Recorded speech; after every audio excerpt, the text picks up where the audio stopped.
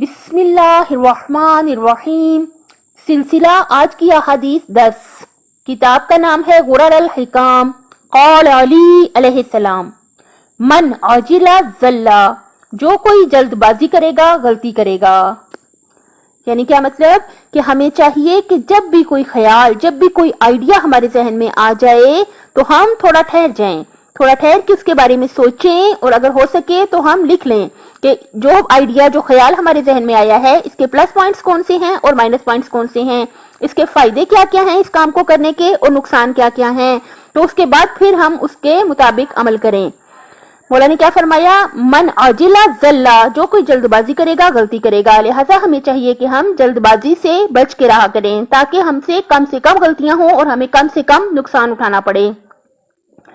آقا مولا علی علیہ السلام نے فرمایا، ہر کوئی جو قناعت کرے گا وہ ناشاد و غمگین نہیں ہوگا۔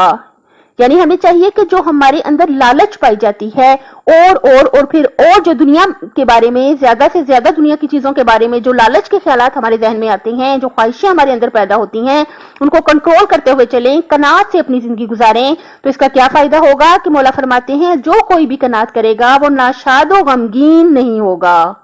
ہماری توجہ ہماری جو ہے زندگی کے مقاصد کی طرف ہونی چاہیے، یعنی وہ مقاصد کہ جن کو حاصل کر کے ہم اپنی آخرت اور دنیا اچھی کر لیں۔ ہمارا فوکس، ہماری توجہ جو ہے ہمارے گولز آف لائف پہ ہونی چاہیے، نہ کہ دنیا کی چیزوں کو ہم اپنا ٹارگٹ بنا لیں اور ایک کے بعد دوسرے حاصل کرتے کرتے یہاں تک کہ بے خبری میں خدا نخواستہ ہمیں موت نہ آ جائے۔